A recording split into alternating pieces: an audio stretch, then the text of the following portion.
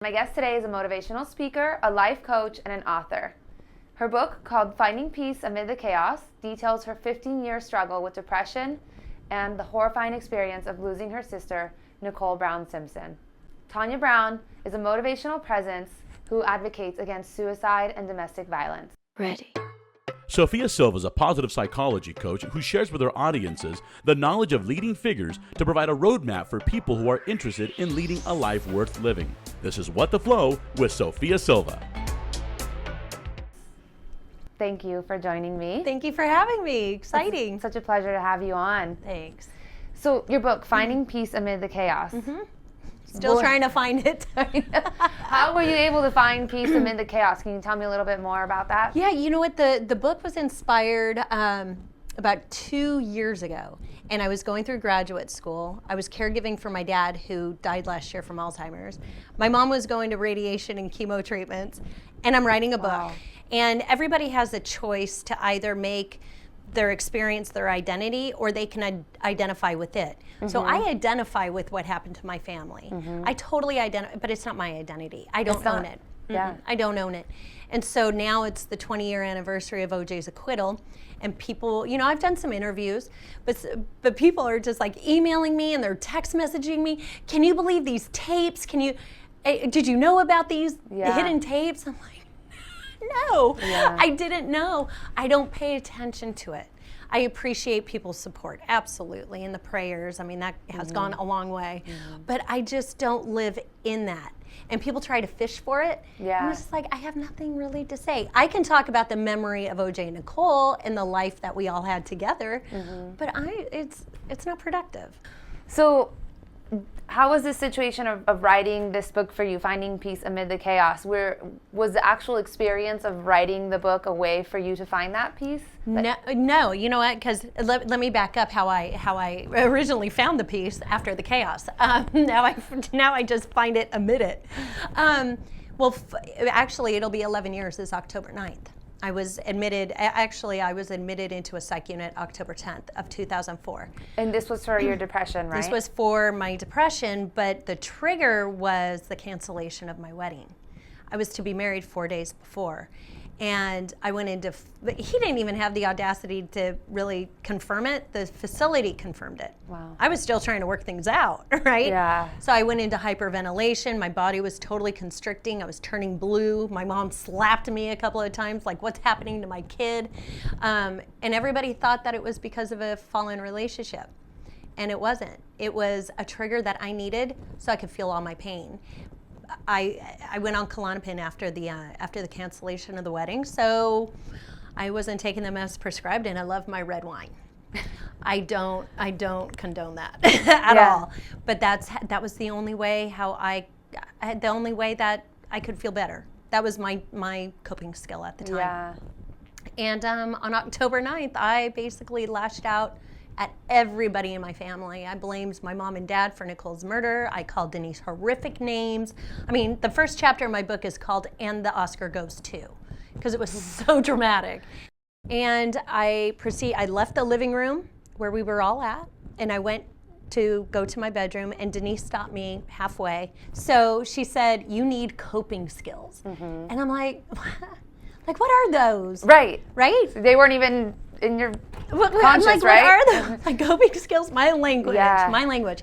And we're not taught this stuff in school. No. So that's why my mission also is to educate all the kids, because nobody needs to go through what I went through. So everything's preventative. So I just said, whatever. I go, where do I get it? And she goes, I don't know, go find some. You know, it went on. It was a diatribe for a while. And then I went into my bedroom. I saw the bottle of Klonopin on my left side of my cabinet. I grabbed it, opened it, poured the whole bottle in my hand, and basically just said, I'm done. I'm tired.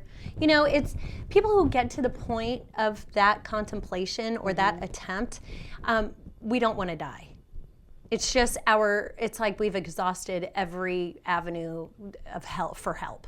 And it's not a selfish act. Even though I know I'm contradicting myself, it's not a selfish act in the sense that there's nobody around you, but yet there's everybody around you. So you're not thinking about anybody else, but all you're thinking about is yourself. So it's not a selfish act in the moment to you, but from an outsider's point of view, it is a selfish act. So I want people to understand that if you have a loved one who has attempted a suicide, completed a suicide, one, it's not your fault. No. That's important. Do not take the blame on that. And also, they don't want to die. That's how I know there's moments in life that come our way where we say, I'm here for a greater good. And that was my moment. Because I should not be here. And if I was here, I don't know if I'd be this person. So was that kind of, after that blur passed, was that the moment that you realized, I need help? Yeah. And so was it first, I need help and working through all that? Or was that, and then clarity came about what your purpose was, that you had a greater purpose? Yeah. It was. How did that develop? It was after I got thrown into a psych unit the very next day. And my sister said, are you ready? And I said, yep, where are we going? And I said it with a smile because I knew I needed help. For some reason, that's how I know I'm here for a purpose. Yeah. I knew that I'm here for something. And I went in and I was there for 10 days. I was not a victim and I wasn't even a patient. I was a student of life. I went to every single group therapy class. I went to every life skills class, everything. I journaled like crazy. Yeah. I reflected. I sat in silence. Day number 4, let me set the picture for you. I've got a beautiful ocean view sitting on the second floor of the South Coast psych ward, right? Overlooking Laguna Beach. Beautiful crystal blue day. Couldn't see the beauty in any of it. Right. And I grew up there. Yeah. I was so angry, but yet I was so sick of being sick and sick and tired of being sick and tired. And I was sick and tired of being codependent, waiting for other people to help me, people to rescue me. I'm tired of people enabling me. And I just sat on the edge of that bed and I looked out and I said, God, help me see the beauty in this. I know it's here, but I need a sign. And I know I need a sign. I need a sign that I know I need to be here. Yeah. Because I don't want to be here. I was very angry and I was talking out loud, and I recommend that. You ask with intention exactly what you want. And you know what? In the silence, truth comes, answers come. It's when we're busy, answers don't come. Right, because we're shutting everything out. Exactly. This program is brought to you by Anaheim Stoneworks, the company that has taken all the obstacles out of your way. From start to finish, Anaheim Stoneworks takes care of each and every step to give your home the unique look that you've been dreaming of. Anaheim Stoneworks. Quality from start to finish. Master Toddy LA Training Center offers authentic Muay Thai training with locations in Bangkok, Pomona, and Anaheim. For more information, visit mastertoddyla.com. So immediately, How's anything wrong? How's anything going to be wrong There's no if you room. just keep moving along? You know? Exactly. There's no room for answers to come because you're neglecting to slow down to listen to it. I knew, and I want to tell your listeners and your viewers that if you are in that state of chaos and you haven't quite past the threshold, reach out and get help. Yeah. Do not be ashamed.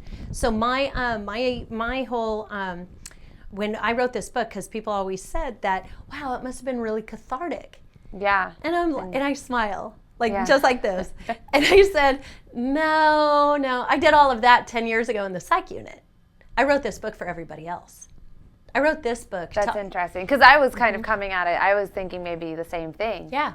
I wanted to give people hope Yeah. and healing and answers and just a sense of being as vulnerable and as candid as I possibly can so people can relate. Have you noticed that by opening up and being candid with people that it's actually helped in your healing and Yes.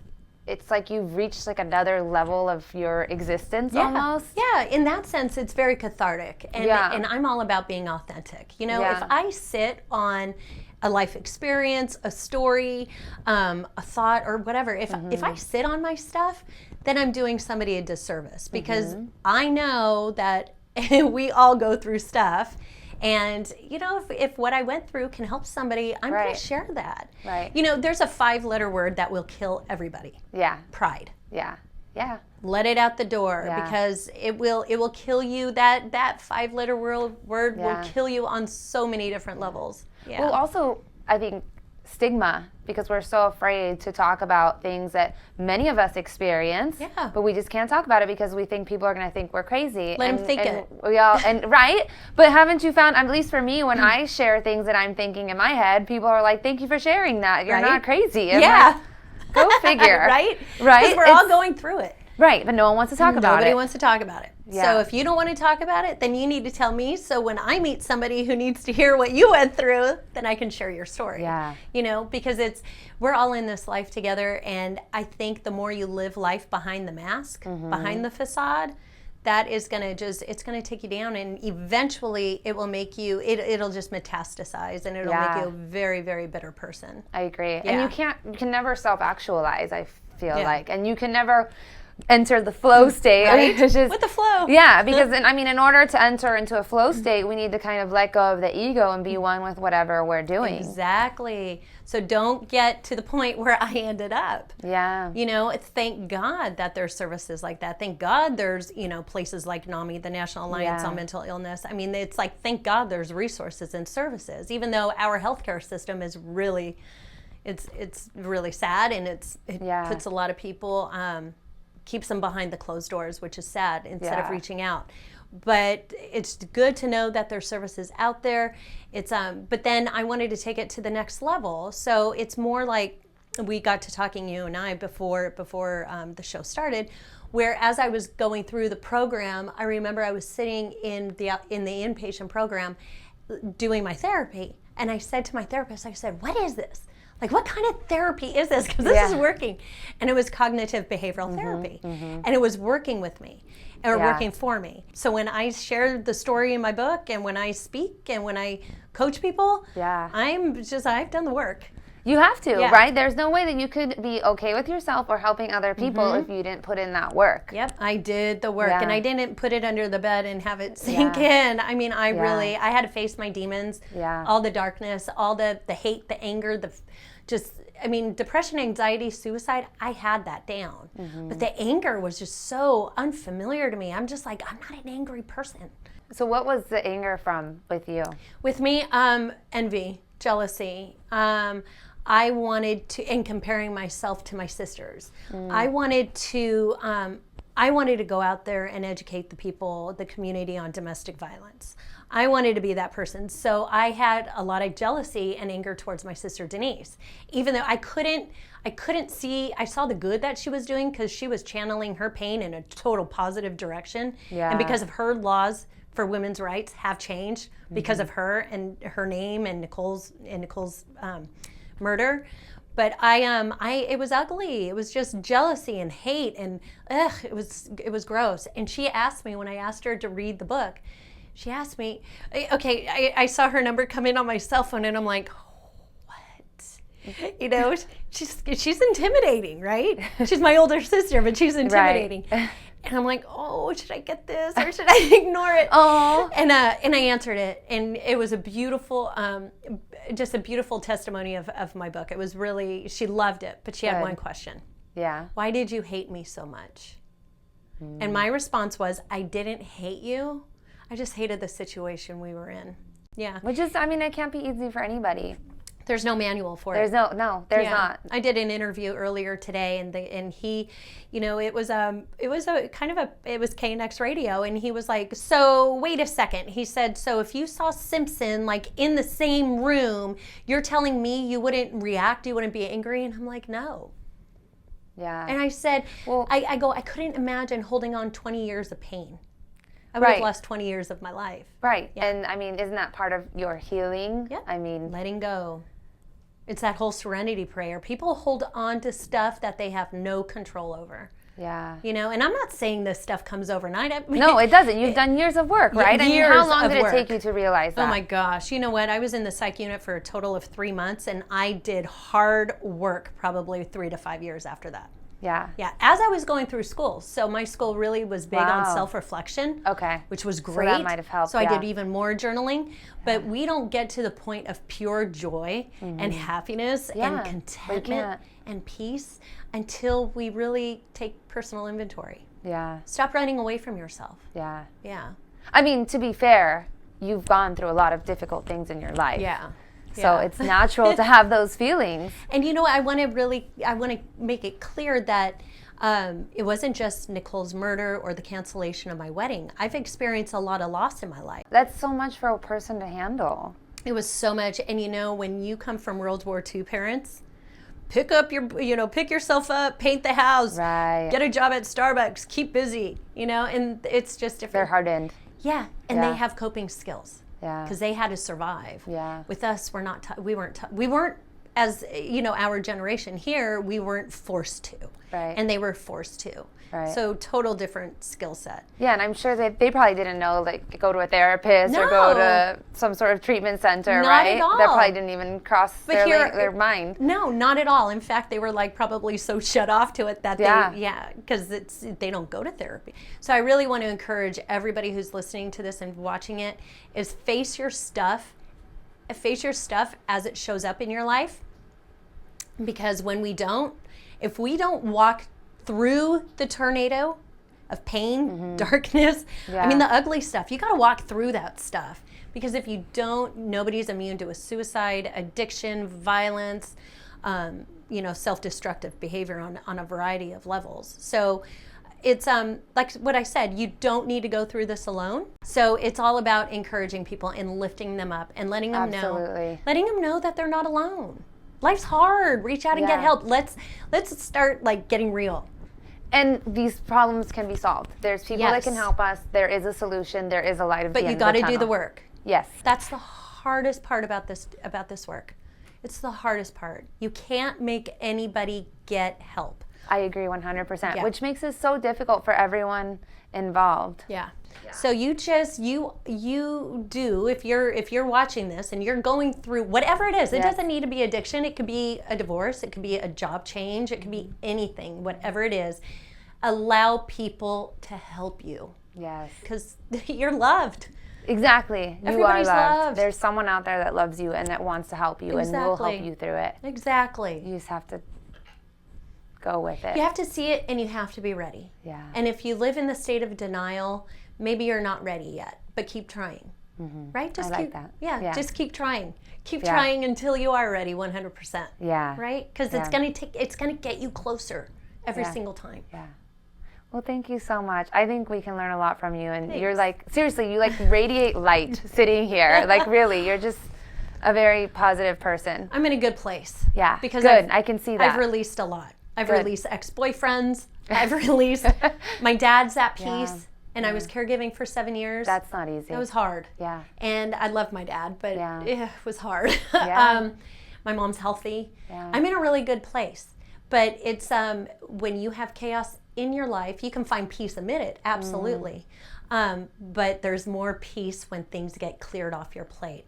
So one more thing I want to leave your viewers with, if I may.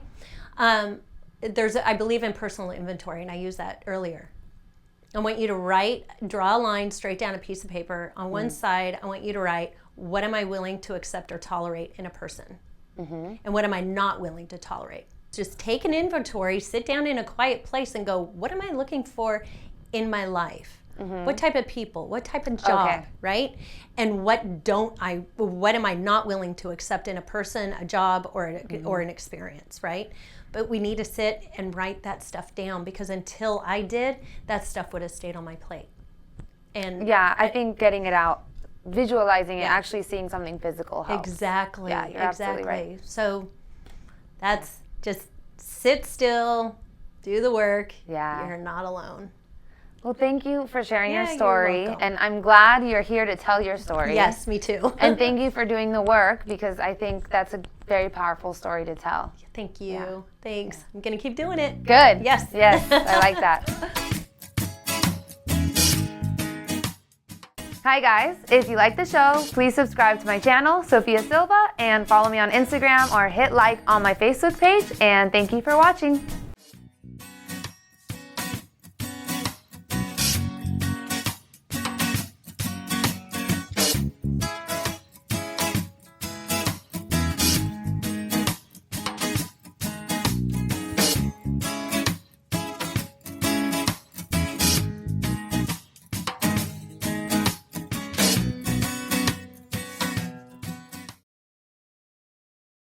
All conversation and information exchange during participation in the sophiasilva.org website, Sophia Silva YouTube channel, or interaction with and all social media sites is intended for information and entertainment purposes only, and should not be considered a professional diagnosis or treatment. Do not confuse this information with treatment or medical advice or directions per se. Nothing posted on this site supplements or supersedes the direction of your medical caretakers. Sophia Silva, MA, does not provide the information on these pages to substitute for individualized therapy. No claim to cure, treat, diagnose, or otherwise provide mental or behavioral health care is guaranteed, promised, or implied by this site. The same applies to any professionals who might appear on this site. This website contains links to other websites and resources. We take no responsibility for the content of other resources, electronic or written. If you're in need of any health services, please contact a licensed professional or call 911.